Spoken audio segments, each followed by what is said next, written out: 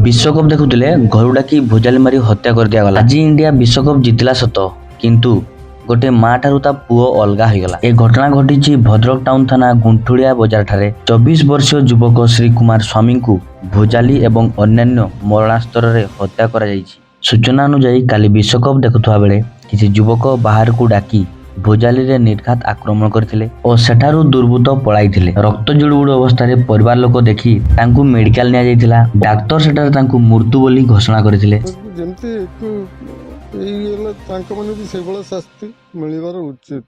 ये मो पुओ कला आ पुओ कमार मो कल तो जड़गला ना मोर गोटे पुओ गोटे पगला पुओटे ए रूप सब निर्भर थे। कौन काली मंदिर पाखे शनि मंडप अच्छे से बसते आसीजे आपर 11:30 एमती हो शुणी पुओ को किए कौन मार्च तार ब्लड बोचे कह मुझे आसिक शुणला मो पुओ ना मो पुओ क्या सांगर से बेले 70टा 75 किसी नहीं से जा हेल्प मोड्रे जाए जे जो डाकले हेल्प करते जाए आ छड़ा से क्रिकेट अंडर 16 खेले।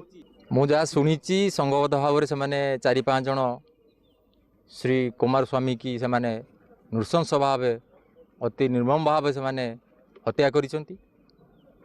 जहाँकि एटा जो माने से अंचल प्रथम एटा हूँ गोटे अघटन मुझे निंदा करुच्ची प्रथमे।